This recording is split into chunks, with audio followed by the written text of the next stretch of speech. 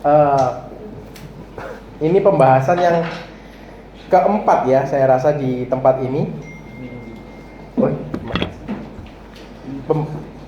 Pembahasan yang keempat saya rasa. Jadi mohon maaf kalau saya mungkin bakal pertama kali menyampaikan hal-hal yang Tuhan sharingkan ke atas hidup saya.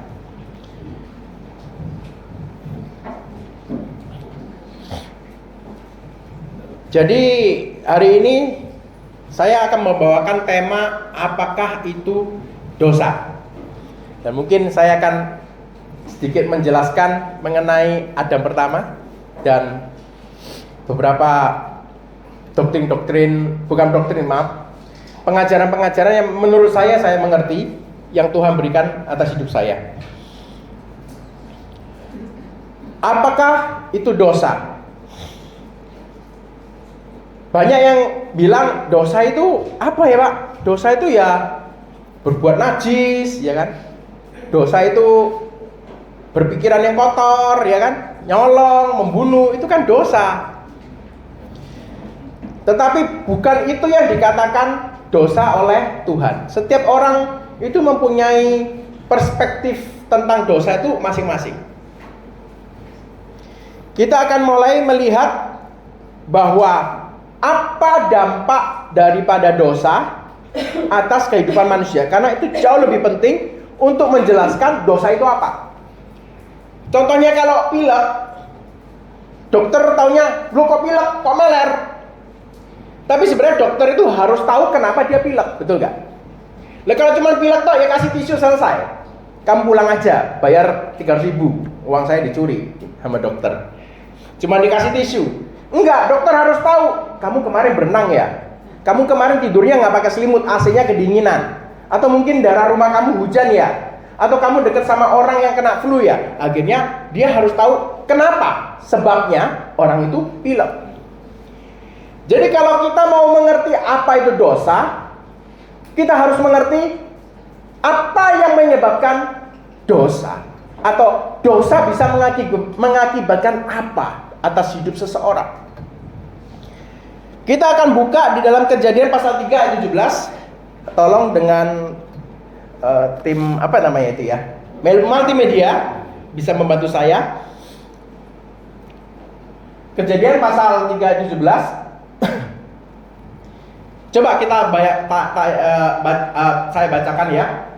Lalu firman-Nya kepada manusia itu, kepada Adam, karena engkau mendengarkan perkataan istrimu dan memakan dari buah pohon yang telah kuperintahkan kepadamu jangan makan daripadanya, maka terkutuklah tanah karena engkau dengan bersusah payah engkau akan mencari rezekimu dari tanah seumur hidupmu. Oke, tolong ditahan di sana aja ayatnya, jangan dihilangkan. Yang pertama, pasti pertanyaannya, kenapa kok Adam gak ngomong ke perempuan itu? Lu gak boleh, itu gak boleh dimakan. Bisa gak? Bisa. Tetapi kenapa kok Adam tidak melakukan hal itu? Mungkin karena dia kasih. Allah adalah kasih. Kalau dia menciptakan Adam sesuai dengan kasihnya, berarti dia mengasihi dong. Perintah Allah cuma dua. Satu, kasihlah ke atas. Dua, kasihlah ke samping. Mungkin gak karena dia saking sayangnya, dia diem aja. Kayak suaminya, istrinya bilang, itu tetangga itu loh, kok kayak gini. Suami, iya mah, tetangga itu loh, masa aku main peloro anjing, dibilang, ojo pelihara asu, aku sakit hatiku. Iya mah gitu. Suami Anda ngomong iya mah itu mungkin buat istri itu, aku gak dianggap ambil. Ngomong sama temennya, aku gak dianggap ambil bojoku. Masa aku ngomong keluh kesah aku bengong. Iya mah. Tetapi Anda harus tahu, suami Anda mendengarkan, tetapi suami Anda memasukkan bibit perkataan Anda ke dalam hatinya. Besoknya jangan kaget, suami Anda mungkin bertengkar dengan suaminya tetangga Anda. Begitulah bagaimana sebuah biji positif atau negatif, benih ilalang atau benih gandum ditanam dalam hidup seseorang. Ngomongnya memang biasa di dalam ranjang, ya kan? Suaminya jima, iya mah. Tetapi sebenarnya dia sedang mengolah pikiran itu, sedang mengolah sugesti itu, dan dia timbul rasa benci. Jadi laki-laki itu bisa dikatakan sebagai tempayan, perempuan yang menabur. Bisa. Kita perhatikan ya. Ini ada bahasa dalam Ibrani-nya, saya ulangi bahasa Ibrani seperti ini. Lalu saya nggak seperti Pak Samuel, nggak semuanya bisa Ibrani, santai. Cuma beberapa aja ya. Saya nggak semuanya ya. Lalu firman-Nya kepada manusia itu, lalu firman-Nya kepada Adam itu, karena engkau mendengarkan perkataan istrimu dan memakan dari buah pohon yang telah kuperintahkan kepadamu, jangan makan daripadanya, maka terkutuklah Adamah karena engkau dengan bersusah payah engkau akan mencari rezekimu dari Adamah seumur hidupmu. Katanya Adamah. Tanah itu dalam bahasa Ibrani Adamah. Jadi Adamah, jadi Adam diambil dari Adamah. Manusia diambil dari debu tanah. Adam diambil dari Adamah. Kita lihat kemudian di dalam sebelum dipindahkan, kita melihat akibat dosa yang pertama apa? Tanah terkutuk, Adamah terkutuk. Artinya Adamah itu sebenarnya adalah tanah merah. Tanah merah bisa kita katakan sebagai warna darah kita. Tanah merah ya. Jadi pertama, orang berdosa pasti terima kutuk. Kutukan yang pertama diterima oleh Adamah adalah kamu akan, oleh karena dosamu maka terkutuklah Adamah, terkutuklah tanah, dan kamu akan bersusah payah mengeluarkan energi dari darahmu. Ini simbolnya. Atau kita bisa katakan ya dengan susah payah kau akan menanam dan harus mencangkul dan segala macam. Cuman intinya di sini kita dapat melihat bahwa Adam dikutuk, Adam tidak dikutuk, Adam mengakibatkan terkutuknya Adamah, tempat asalnya Adam diambil. Adamah itu terkutuk, dan akhirnya yang terjadi ada sebuah perjanjian maut, perjanjian dengan dosa.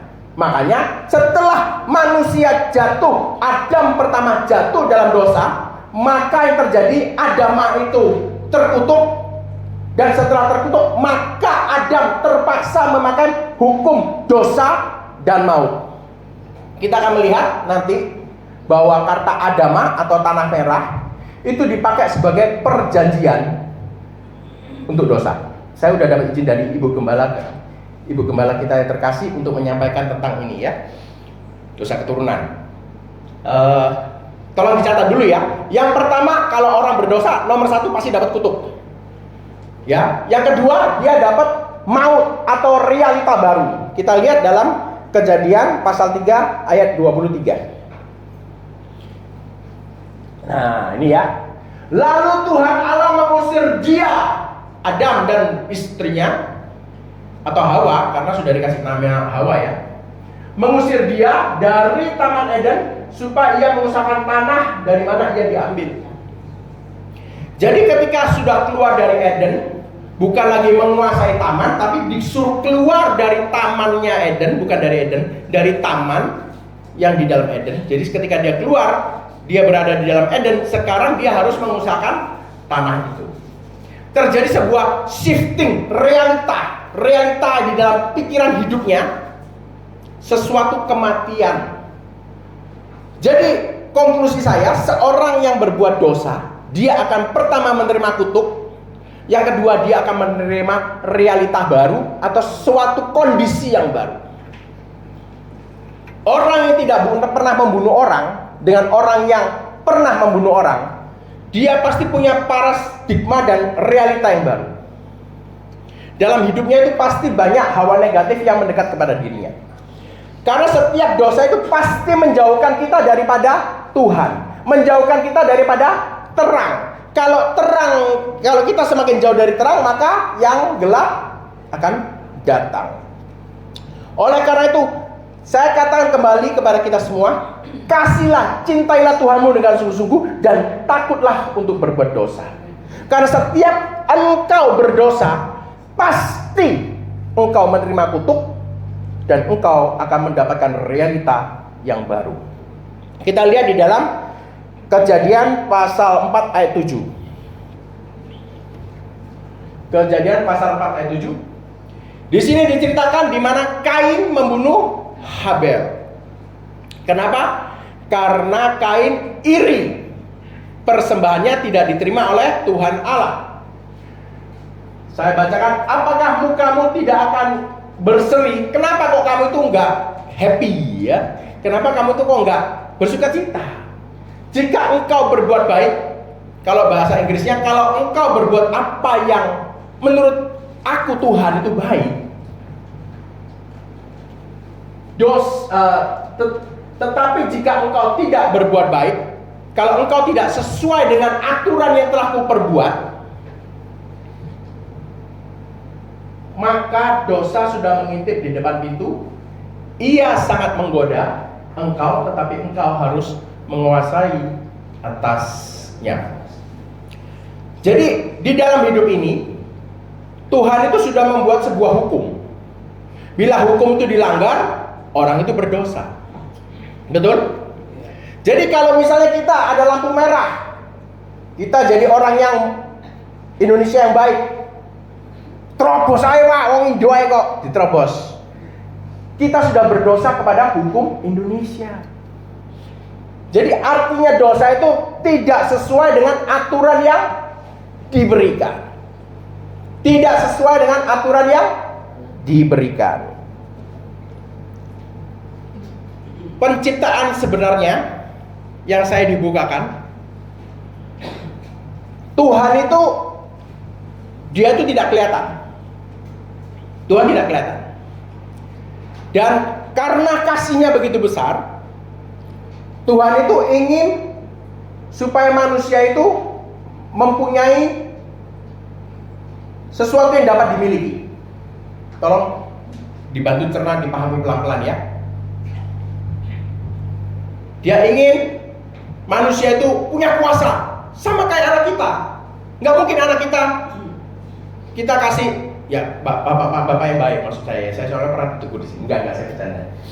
Bapak yang baik ya, bapak yang normal, itu pasti ingin anaknya itu memperoleh sesuatu yang baik, ya. Soalnya saya udah tahu di sini banyak, bukan maksud saya di dunia ini sangat banyak orang-orang yang sudah rusak mentalnya ya, sudah rusak karena akibat dosa itu tadi. Nanti saya akan jelaskan beberapa. Tuhan itu pengen dia punya anak itu mempunyai sesuatu yang dapat diberikan, suatu harta. Oleh karena itu, menurut saya, Tuhan ciptakan Adam di pasal 1 sebagai gambaran. Adam di pasal 1 kita lihat, marilah kita menciptakan manusia di dalam gambarnya dan menurut rupanya.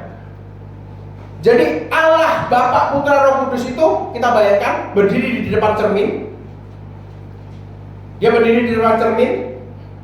Dan cerminnya yang dilihat oleh Bapa, Putra, Roh Kudus itu adalah Adam. Masuk akal? Jadi sekarang ini cerminnya Bapa, Putra, Roh Kudus sama seperti Bapa, Putra, Roh Kudus, cermin. Karena sebelum membuat apapun, saya udah pernah coba ya. Saya ini kan orang yang suka artis ya, 3D. Jadi kalau saya langsung pakai program 3D, saya mau buat apa? Saya bingung. Mau buat apa ya? Mau buat rumah, mau buat tembak, mau buat apa? Saya bingung. Rupanya membuat apapun di dalam dunia ini perlu namanya blueprint, betul? Mau buat mesin harus tahu, mesinnya digunakan untuk apa, model mesinnya gimana, berapa besarnya, cara motongnya gimana. Mau buat rumah, fondasinya modelnya gimana, sampai seberapa besar, berapa tingkat, harus ada blueprint. Nah, menurut Tuhan Allah, Adam ini adalah blueprintnya, blueprint dari segala sesuatu untuk menjadikan hukum nanti yang keluar dari bayangannya ini. Adam pertama. Setelah itu kita masuk dalam pasal 2. Di dalam pasal 2 ayat 4, tolong dibuka. Mengapa cermin? Karena saya dibukakan sama Tuhan tentang ayat ini. Demikianlah riwayat langit dan bumi, langit dulu baru bumi. pada waktu diciptakan oleh Tuhan Allah. Demikianlah riwayat langit dan bumi pada waktu diciptakan. Tapi kalau di bahasa Inggrisnya atau bahasa Ibrani itu ada tulisannya diciptakan oleh Allah saja, bukan Tuhan Allah. Terus bawahnya ketika. Nah, ketika ini cerminnya. Ketika sekarang Tuhan Allah, bukan Allah, tapi Tuhan Allah yang menjadikan terbalik bumi dan langit. Itulah cermin menurut saya. Jadi Allah menciptakan langit dan bumi, Tuhan Allah menjadikan bumi dan langit. Saya ulangi, Allah menciptakan langit bumi, Tuhan Allah membentuk bumi dan langit. Cermin di sana. Dan sedangkan di pasal 1 ketika Tuhan Allah menciptakan semuanya, Dia membuat sebuah blueprint, yaitu Adam, yang diambil dari bumi, bukan dari Adamah atau tanah. Adam di pasal 1 itu diciptakan, semua binatang-binatang itu diciptakan dari bumi. Sedangkan Adam diciptakan langsung dari dirinya, dari tidak ada menjadi ada. Itu Adam pertama di pasal 1 ya. Nah, Adam yang pasal 2 kita melihat bahwa dia diambil dari tanah merah atau Adamah.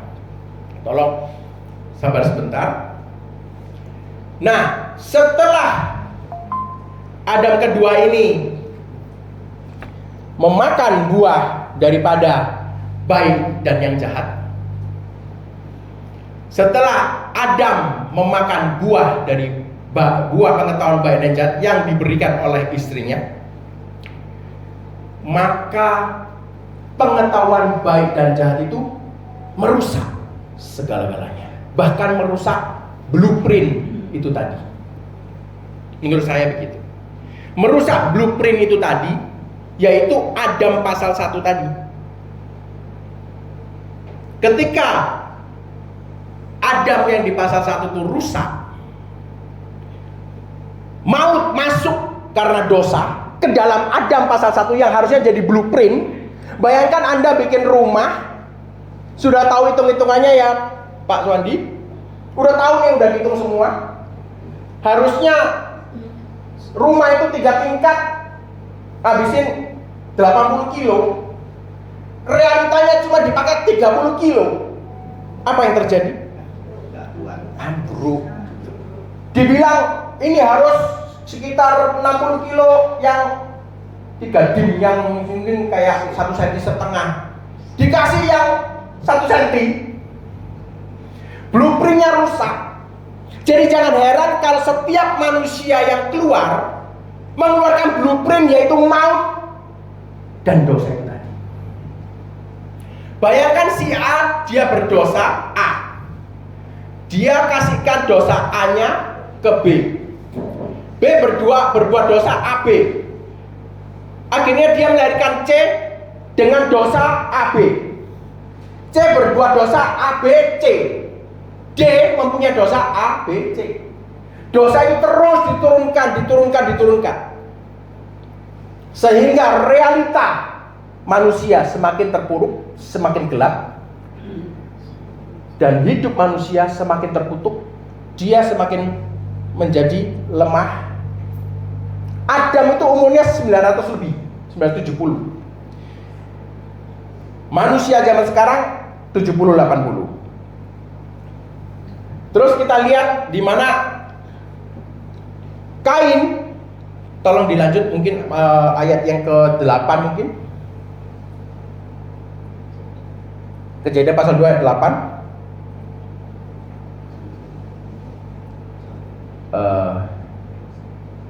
Yang tadi 4 ayat 12 berarti. Kejadian 4 ayat 12.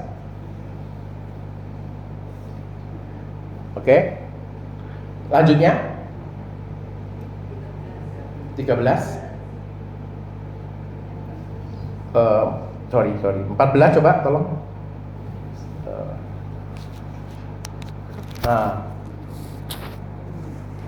Nah ini ya. Kain ketika dia berdosa, dia menerima apa yang diterima oleh Kain? Kutukannya. Kutukannya Kain adalah tanah tidak lagi menghasilkan makanan buat kamu. Mungkin sebelumnya itu tadi ya. Tanah tidak lagi menghasilkan makanan buat kamu. Yang ke-17, bentar.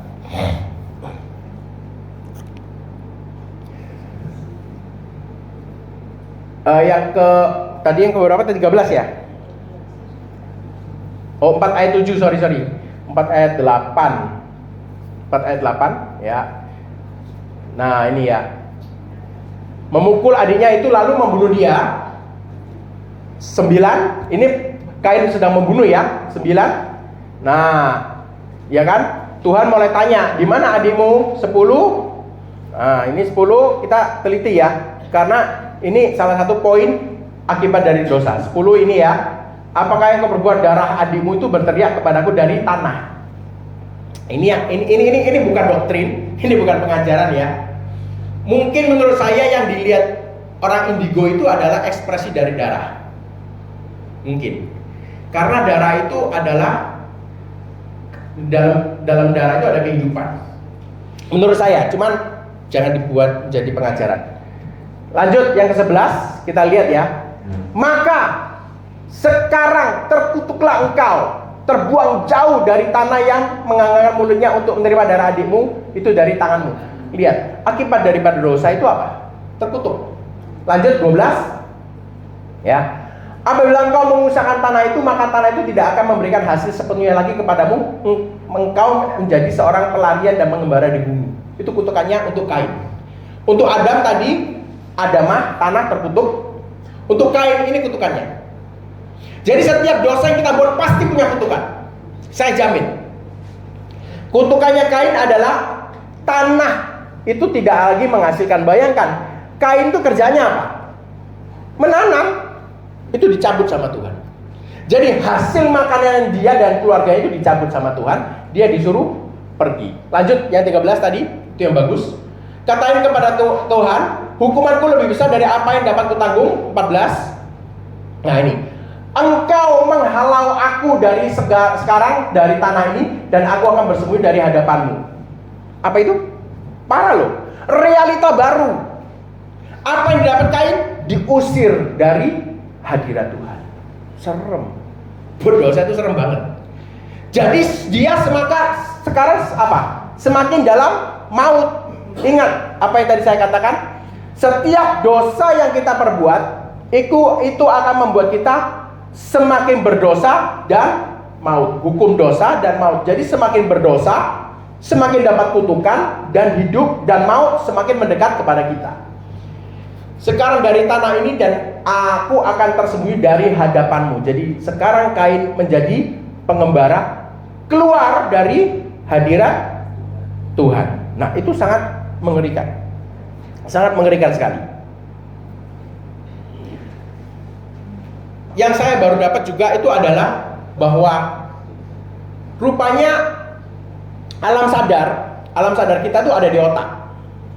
Alam sadar kita kan, kesadaran itu ada 3 ya. Kesadaran itu ada sadar itu apa? Mari ini mau makan apa? Nah itu sadar ya. Lapar kan? Oh aku mau makan McDonald, ya kan? Oh enggak, aku mau pecel. Oh McDonald tok ya. Itu alam sadar. Mau makan apa? Itu sadar ya. Alam tidak sadar itu kalau kalian pingsan, ya kan? Kalau kita tiba-tiba gubluk jatuh gitu ya. Masa paru-paru saya berhenti? Enggak, paru-paru saya tetap bernafas. Masa jantung saya berhenti? Tetap ya, jantungnya mompa ya. Karena alam tidak sadar itu tetap membantu kita mengatur tubuh kita. Nah, ada satu lagi namanya alam bawah sadar. Nah, ya. Alam bawah sadar ini kalau misalnya tiba-tiba di gereja nggak disalamin, apa oh ya? Kok sewot ya kayak kok hari aku nggak disalami? Ya, atau misalnya lagi jalan disenggol, loh, Katanya mau ibu. Nah itu ya. Apa? Kok bisa seperti itu? Bisa ada amarah. Atau lagi enak-enak nyetir, tiba-tiba wah langsung itu ya Pak ya, mendidih pasti ya. Gak tahu saya siapa kan gitu ya. Mau balapan, monggo mas, monggo. Nah, gitu ya. Mendidih, darahnya mendidih. Nah itu adalah alam bawah sadar kita.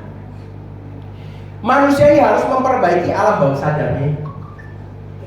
Di manakah alam bawah sadar itu? Ada yang tahu? Alam bawah sadar itu ditaruh sama Tuhan di dalam darah manusia. Alam bawah sadar ditaruh dalam darah manusia. Jadi menurut saya ya, jangan dijadikan suatu doktrin dulu, jangan ya. Coba contohnya ya, lagi ngelukis, terus ada orang datang, wih, talenta yo, kamu dari umur berapa ngelukis? Ya saya begitu, buka mata bisa pegang kuas melukis. Kok bagus ya, warnanya bisa sepadan gitu ya.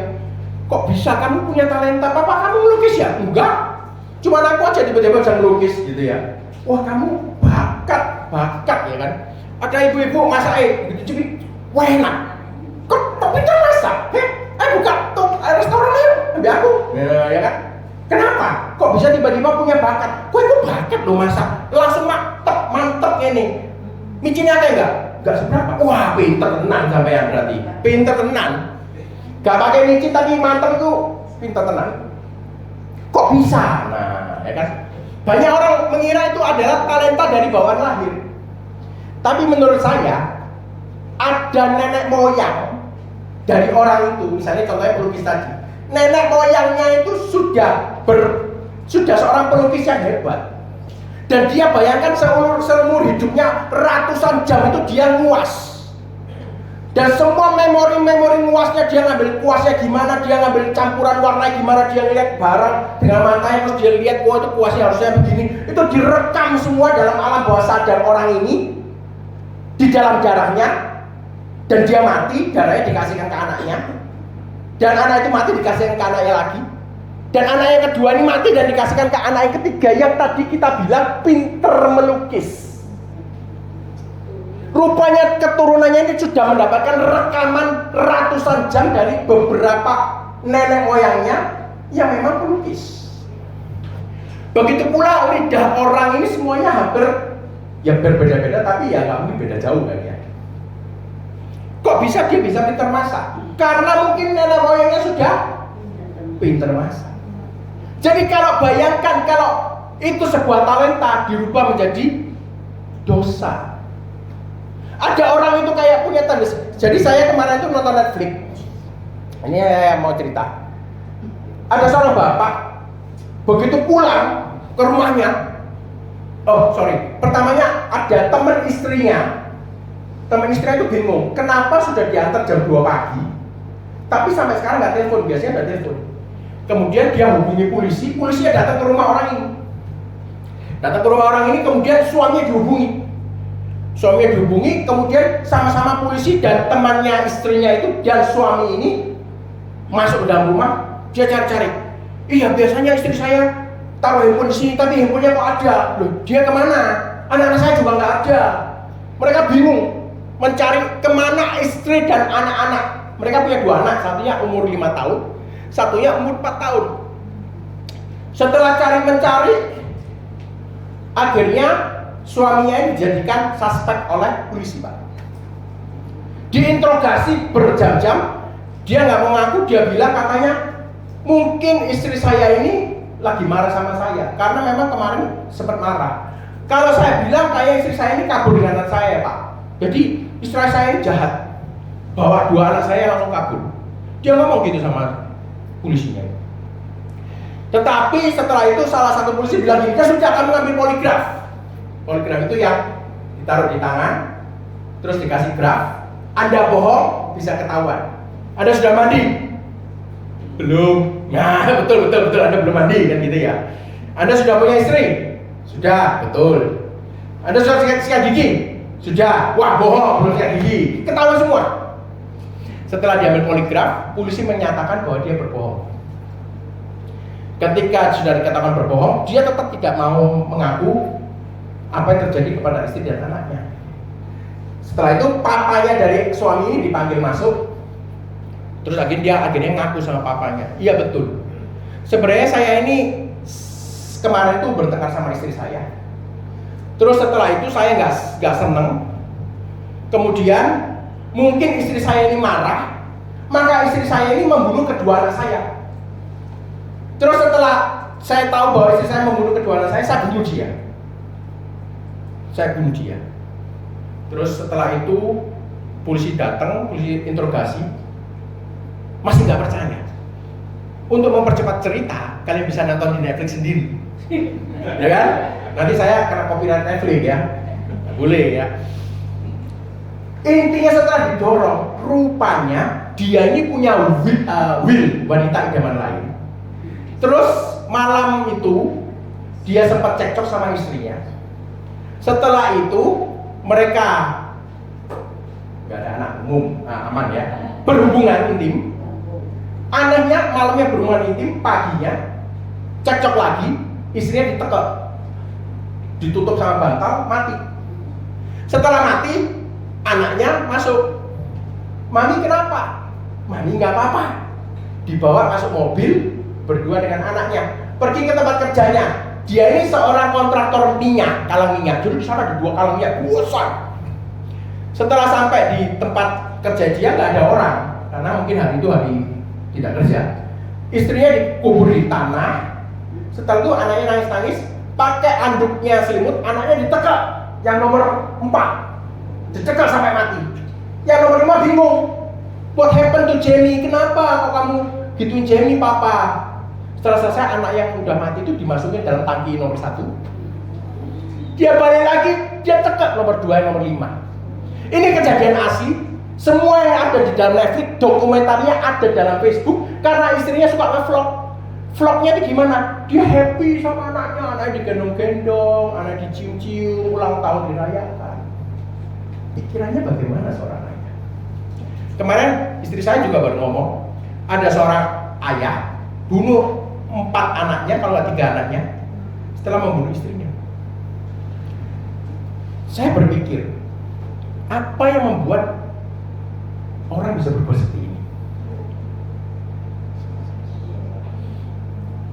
Menurut perkiraan saya itu karena ada blueprint yang memang gelap di dalam setiap manusia. Setiap kita masuk dalam dosa level 2, dia akan menarik kita masuk dalam dosa level 3. Maka kita semakin didekati maut.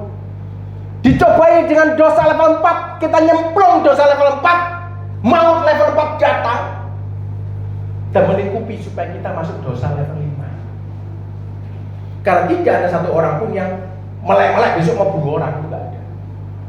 Kalau kita hari ini punya sebuah amarah, saya kemarin tuh sempat anak saya yang ketiga sakit, terus anak saya yang kedua ini minta diperkes gitu, kayak papa dan anak. Aku tuh gemes, ya stres kan jadi orang tua, udah depresi, anak sakit ya kan, karena saya udah gitu anak saya kan. Saya itu sampai jam 3 itu mau tak ke UGD. Dia masih minta kayak, ayolah perkesen aku, kayak gitu loh. Hubungan ayah dan anak yang nomor 2, sedangkan yang nomor 3 yang sakit. Itu tak perkes agak keras, saking kesel. Terus aku tuh mulai bingung sama diri saya, kenapa ada dendam, ada rage, ada amarah dalam diri kita. Dan itu mungkin diketurunkan dari nenek moyang kita. Nah terus bagaimana semua alam bawah sadar, kemarahan, pembunuhan yang masa lalu yang nenek moyang kita punya, yang sudah ditumpahkan dalam darah kita, masuk dalam alam bawah sadar itu, bagaimana cara keluarnya? Darah ditebus dengan darah. Darah itu perjanjian. Makanya darah itu perjanjian, daging tubuhnya kehidupan. Kalau kita, Pak Gembala yang terkasih, sering melakukan ya, inilah tubuhku, makanlah. Dan Tuhan Yesus mengatakan ini adalah roti kehidupan. Jadi dagingnya dia itu kehidupan, darahnya itu perjanjian. Kalau kita terus mengaplikasikan darah Yesus atas hidup kita, maka Adam pertama dengan darahnya itu tidak bisa bekerja, karena perjanjiannya itu dibatalkan dengan Adam pertama. Jadi Adam terakhir darahnya itu bisa mengalahkan perjanjian darah Adam pertama. Amarah yang kita punyai, misalnya kita lagi marah, ya kan, ini yang baru juga saya dibukakan oleh Tuhan. Kita lagi marah nih ya, misalnya marah dipotong sama Tuhan, sama orang, kita lagi marah. Katakan kepada roh-roh jahat di udara, aku tidak mau marah, aku tidak mau terkutuk dengan darah nenek moyangku, aku mau pakai darah Kristus. Kalau ada penuduhan dalam otak kita, kamu itu bukan siapa-siapa, kowe itu loh gak bisa kerja, orang-orang duwe, kamu itu di perusahaan orang rendahan, itu bisa merusak hidupmu. Bisa merusak hidupmu. Dari mana? Jangan heran, dari blueprint yang pertama. Ada blueprint yang pertama itu, dia sudah makan pengetahuan baik dan jahat. Dia itu jahatnya minta ampun. Dia itu mau kehidupannya itu hancur. Tidak ada hubungannya antara Adam pasal 1 dan Adam pasal 2. Adam pasal 2 ini harus mengikuti blueprint Adam pasal 1 yang jahat, yang sudah rusak. Oleh karena itu, sekarang blueprint yang asli, Yesus Kristus turun supaya kita itu mengikut kepada Kristus atau Adam terakhir. Ketika ada tuduhan dalam dirimu, kamu itu bukan siapa-siapa, katakan kepada udara, harus ngaku dengan mulut. Katakan kepada roh jahat yang di udara itu, aku adalah anak yang berharga, dan aku adalah orang yang sudah ditebus oleh Tuhan. Katakan, itulah peperanganmu. Peperanganmu bukan di hati, peperanganmu bukan di kepala, peperanganmu di udara. Karena Alkitab sudah nyatat kok, memerangi prinsipalitas, dominion, penguasa, dan roh-roh jahat di udara. Nah, roh-roh jahat di udara ini, Anda cara perangnya gimana? Jangan pakai pikiran. Didiam, goblok, iya memang goblok rek. Kalau gunai, iya memang terbukti semua juga yang ini tok kalau gunai. Terus dompetku mek 5.000. Aku gak berguna. Tapi bangun. Ingat bahwa engkau adalah firman itu sendiri. Engkau dengan Kristus itu sama. Kita itu anaknya. Bangun. Begitu bangun ngapain? Langsung perang di udara. Aku adalah orang yang berkuasa, yang telah ditaklukkan. Kau telah ditaklukkan. Aku sudah diberi kuasa oleh Kristus untuk menaklukkan engkau. Semua pikiran negatif engkau hancur saat ini. Harus diperangi. Kalau enggak itu akan mengintimidasi kita terus. Intimidasinya itu dari dalam. Tapi untuk perangnya itu harus dari udara ini supaya masuk ke telinga kita. Udah masuk ke telinga kita, dia nyerang yang ada di dalam alam bawah sadar kita itu.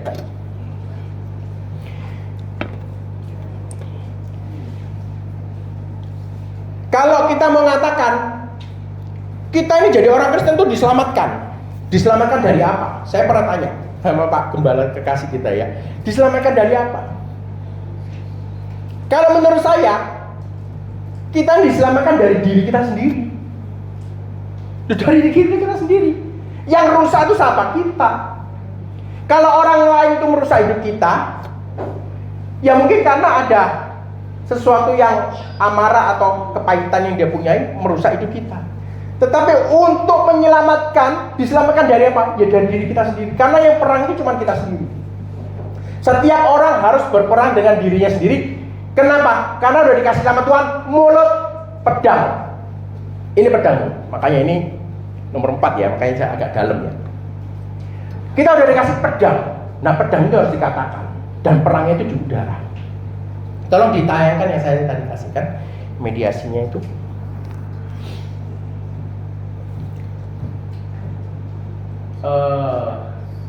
Semuanya bisa langsung, semuanya. Tolong langsung semuanya ditampilkan karena ditampilkan secara gambar aja juga boleh. Nah, itu ya. Bisa dipanjangkan dikit, maaf agak cerewet. Nah, ini yang saya dapat dari hambanya Pak Oki ya. Saya sangat bersyukur sekali punya saudara seiman seperti Pak Oki yang bisa saling sharing ya. Ini yang saya dapatkan dari beliau, justified, sanctified, glorified. Itu artinya dibenarkan, disucikan, dan dimuliakan ya.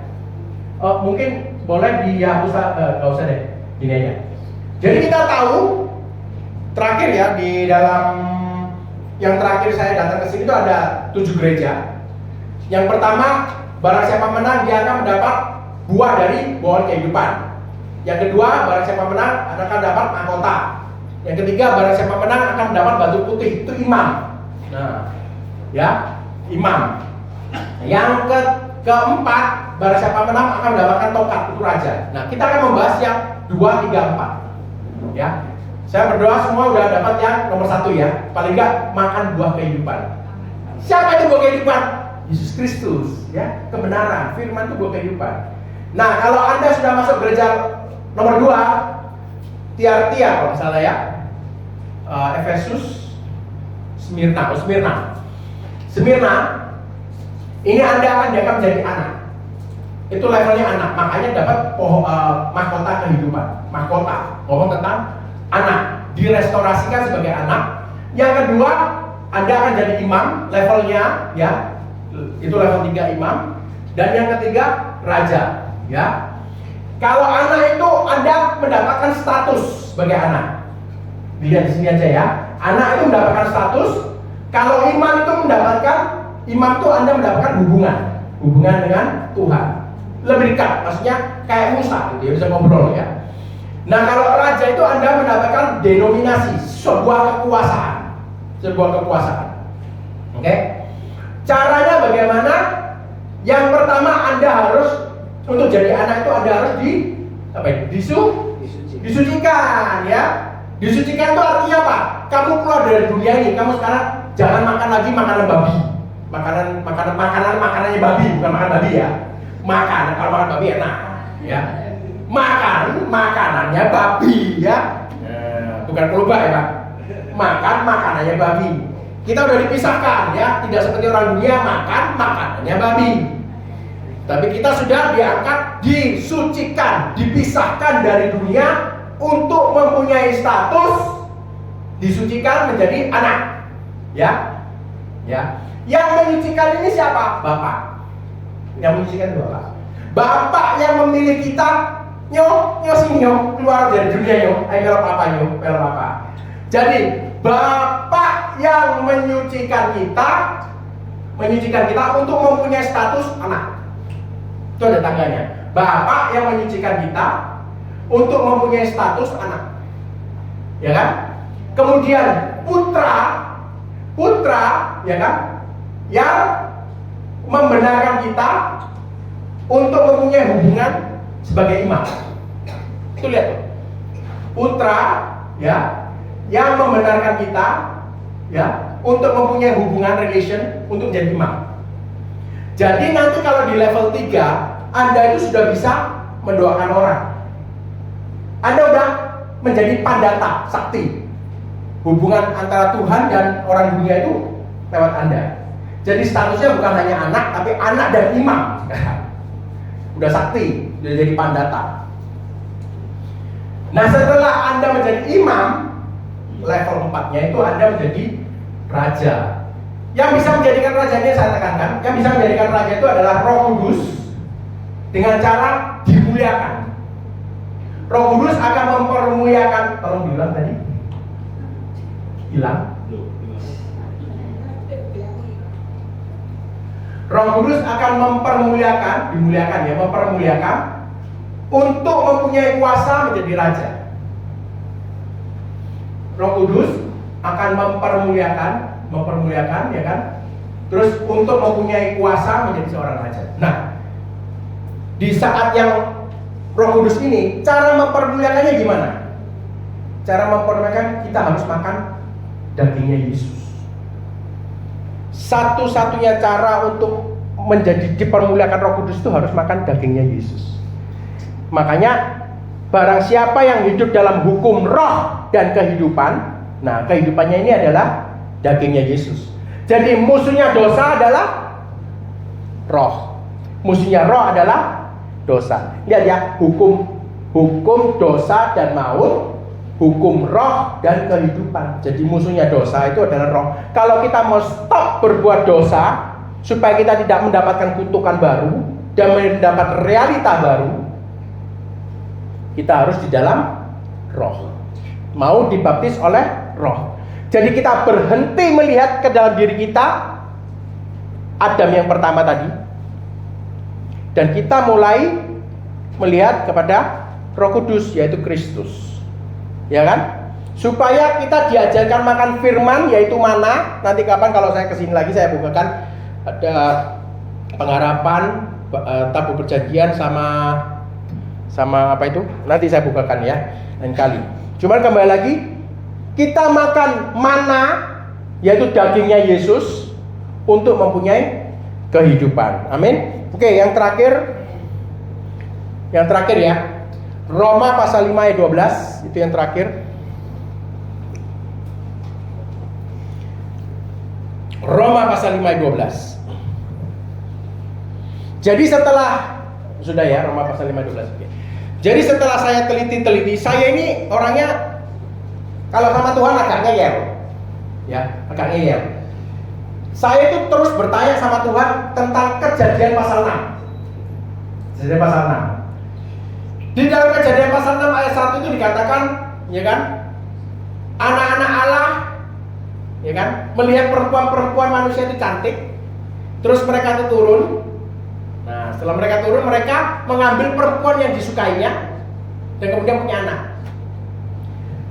Saya selalu tanya, siapa ya Tuhan anak-anak Allah di dalam Kejadian pasal 6 ini? Tolong dibuka mungkin ya cepat ya, Kejadian pasal 6 ayat 1. Siapa ya Tuhan? Kenapa kalau saya mau bukaan ini? Nanti ada hubungannya dengan Roma pasal ini ya. 6 pasal 1, 6 ayat 1. 6 ayat 1. Seru ya? Seru nggak? Ketika manusia itu mulai bertambah banyak jumlahnya dari muka bumi dan bagi mereka lahir anak-anak perempuan, lanjut 2. Maka anak-anak Allah itu bahasa Ibrani-nya benar-benar bene Elohim. Bene itu bisa dikatakan dalam bahasa Indonesia benih, benih Elohim. Belum. Maka benih Elohim atau anak-anak Allah melihat bahwa anak-anak perempuan manusia itu cantik-cantik, lalu mereka mengambil istri dari antara perempuan-perempuan itu siapa saja yang disukai mereka. Ya. Terus kita lihat di bawahnya ini manusia akan bertambah jahat. Terus akhirnya Tuhan tuh ngomong gini, aku udah gak kuat hidup dalam manusia karena semua pikirannya yang keluar dari hatinya itu jahat. Maka aku akan keluar dari manusia dan hidup manusia itu adalah 70 sampai 80 tahun. 80 tahun. Oleh karena itu orang-orang yang setelah dibawahi kejadian ini sudah tidak punya roh Allah.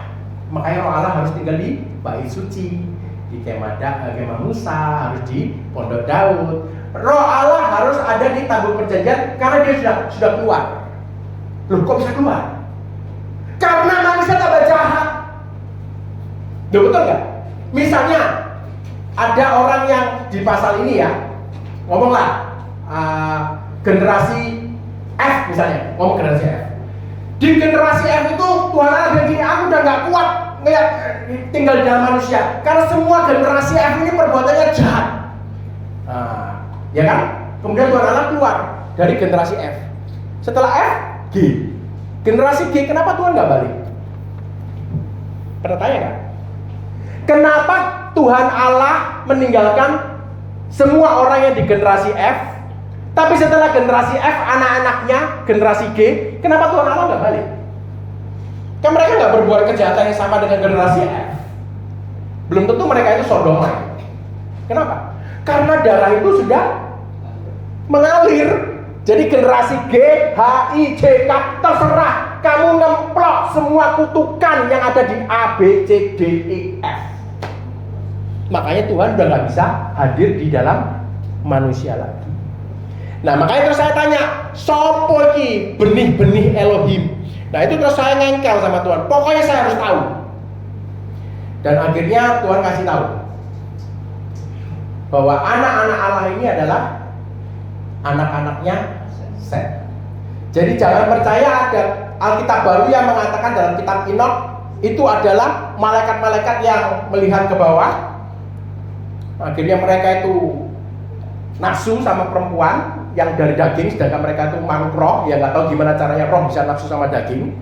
Kayak manusia bisa nafsu sama kambing, gitu kan bingung juga ya. Kecuali memang udah error ya, karena terlalu banyak dosa sampai dia bisa nafsu sama kambing, sama ular gitu kan. Agak error memang. Lihat anjing itu bisa, wow, yang itu keren. Itu agak error karena kebanyakan dosa. Lo ada nggak? Ada. Kenapa bisa begitu? Karena dosa, terlalu banyak dosa. Levelnya terlalu banyak, kutukannya terlalu banyak sampai dia bisa suka sama binatang. Jadi intinya anak-anak Set ini yang adalah anak-anak Allah. Siapa anak-anak Allah? Mereka yang mengikuti firman Tuhan, mendengar dan melakukan. Itu anak Allah. Turun gunung dari Sion, dari Hebron, dan kawin dengan anak-anak Set. Oleh karena itu, percampuran antara yang baik dan jahat, yang benar dan yang berdosa, membuat Allah itu jijik. Dan akhirnya dia keluar dari bait sucinya yang harusnya menjadi tempat tinggalnya dia. Balik yang tadi Roma, setelah itu saya tutup. Balik tadi yang ke Roma, Roma pasal 5 ayat 12. Ini saya udah teliti. Sebab itu menurut saya ya, maaf ya, menurut saya aja ya. Ya Anda boleh tanya Tuhan sendiri nanti di rumah yang mana yang betul. Tapi ini menurut saya, teorinya saya. Sebab itu sama seperti dosa, hamartia, telah masuk ke dalam dunia atau ke dalam kosmos, kosmologi, universe, galaksi, Pluto, Mars, itu semua bintang-bintang di atas itu termasuk kosmos, kosmologi, universe. Oleh karena sama seperti dosa telah masuk ke dalam kosmos, universe, alam semesta ini oleh satu orang, dan oleh dosa itu juga maut, demikianlah maut itu telah menjalar kepada semua orang karena semua orang telah berbuat dosa. Menurut saya, maaf, kalau misalnya ada seorang malaikat yang membawa dosa ke dalam kosmos, dan malaikat itu kita tanda kutipkan namanya Lucifer sesuai dengan doktrin Kristen, maka manusia ini tidak dapat ditebus oleh tidak dapat ditebus oleh Yesus. Karena yang mengakibatkan dosa itu masuk ke dalam universe ini adalah malaikat, bukan seorang manusia. Tetapi firman Tuhan mengatakan bahwa yang membuat masuknya dosa sehingga maut punya pijakan untuk merusak hidup kita, Anda dan saudara, adalah satu orang, namanya cerminnya Tuhan Allah.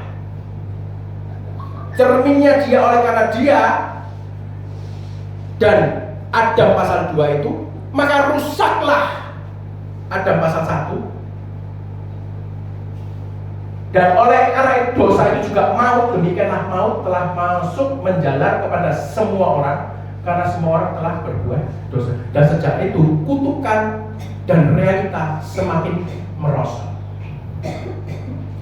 Caranya supaya kita punya kehidupan yang baru, kehidupan yang sukses, kehidupan yang makmur, kehidupan yang jauh dari segala malapetaka dan ancaman, cuma satu caranya. Cuma satu. Yaitu mengikatkan diri dengan darah Kristus dari Yesus. Karena dengan darah Yesus dibatalkan kutuk itu tadi. Dan terus memakan firman daging Yesus.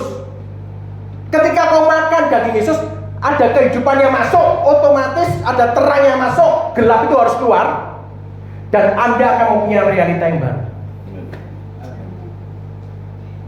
Jadi kalau orang yang tidak pernah mencuri sama orang yang pernah mencuri, realitanya pasti berbeda. Saya pertama kali mau ngambil tisu, nyolong mas saya ya, cuma bahasa halusnya kan ngambil gitu, terus tak sikit no gitu. Itu deg-degan minta ampun. Tapi kalau lama-lama dilatih terus, saya sekarang gampang kalau ngambil. Maaf bicara ya. Ngambil itu, saya bisa punya trik. Teman saya tak suruh ngomong, dia cuma plek gitu masuk. Dan udah nggak punya rasa bersalah. Kenapa? Karena hati nurani itu udah rusak oleh dosa. Dan saya punya realita baru bahwa nyolong itu gak apa-apa. Nyolong itu gak apa-apa. Bujuk itu gak apa-apa. Yang penting gak ada yang tahu. Loh, kan melenceng pikirannya, sama kayak orang tadi. Bunuh anaknya nggak apa-apa. Jadi maksud saya, mungkin dia itu bunuh istri dan anaknya itu karena dia nggak mau diganggu dengan kehidupan barunya dengan Billy ini tadi. Jadi maunya dia itu anaknya sama istrinya mati, nggak ada yang tahu. Terus dia happy-happy pergi Hawaii sama istri yang baru ini. Itu kan pikirannya melenceng. Tapi kenapa orang bisa punya pikiran seperti itu? Yaitu tadi, dosa dan maut yang membuat realita pikiran kita ini menjadi rusak. Orang yang sudah pernah bunuh orang, pembunuh kelas kakap, dia kalau melihat orang yang nantang dia itu, dia dengan mudah mukul orang itu. Nah sedangkan kita nggak pernah bunuh orang, ya nggak cari gara-gara. Nah itu adalah realita. Itu maksud saya yang persepsi baru dalam otak kita itu yang terus merosot. Nah kalau kita makan firman tiap hari, realita Kristus itu yang akan masuk dalam hidup kita, dan itu yang merubah hidup kita. Jadi itu yang membuat nanti kita itu jangan heran bisa sukses tiba-tiba, bisa narik pelanggan tiba-tiba. Loh ini saya nggak tebar janji, karena dalam firman. Realita baru itu yang membuat Anda mempunyai pikiran-pikiran Kristus, bukan pikiran positif, pikiran Kristus. Anda bisa membayangkan tiba-tiba ada terang, dan terang itu menguasai orang-orang di sebelah, sehingga konsumen bisa datang tiba-tiba. Dan itulah pikiran Kristus. Itulah harta-harta yang mau diberikan kepada anak-anaknya, yaitu realita-realita baru, realita Kristus. Nah oleh karena itu yaitu tadi saya bilang, oleh satu manusia maut masuk, maka oleh satu manusia pula barang siapa yang mengikut kepada Yesus, dia dapat ditebus. Amin. Saya panggil tim musisi.